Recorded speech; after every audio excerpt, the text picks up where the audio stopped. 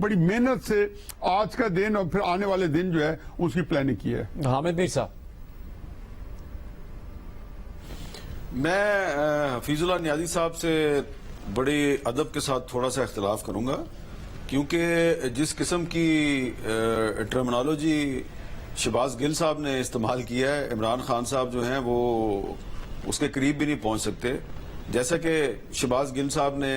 کہا ہے ڈنٹونک والا باندر،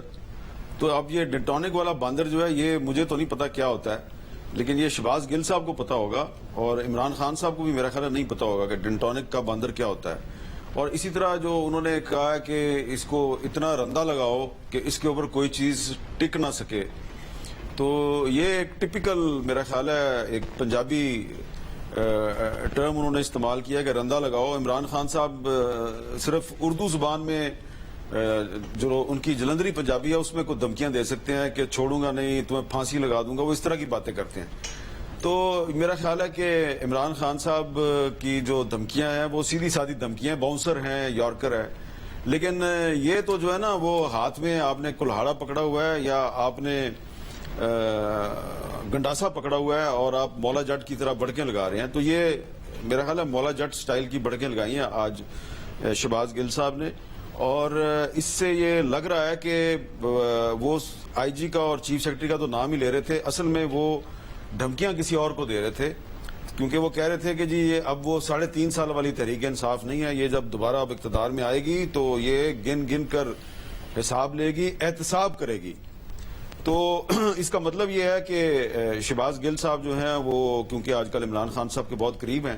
تو جو مستقبل کے منصوبے ہیں اس کی ان کو آگاہی بھی حاصل ہے.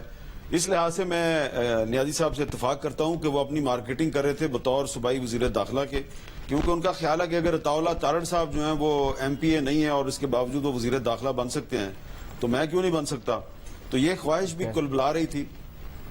تو ایسا لگ رہا ہے کہ آنے والے دنوں میں اگر پرویز لائی صاحب چیف منسٹر بنیں گے پنجاب کے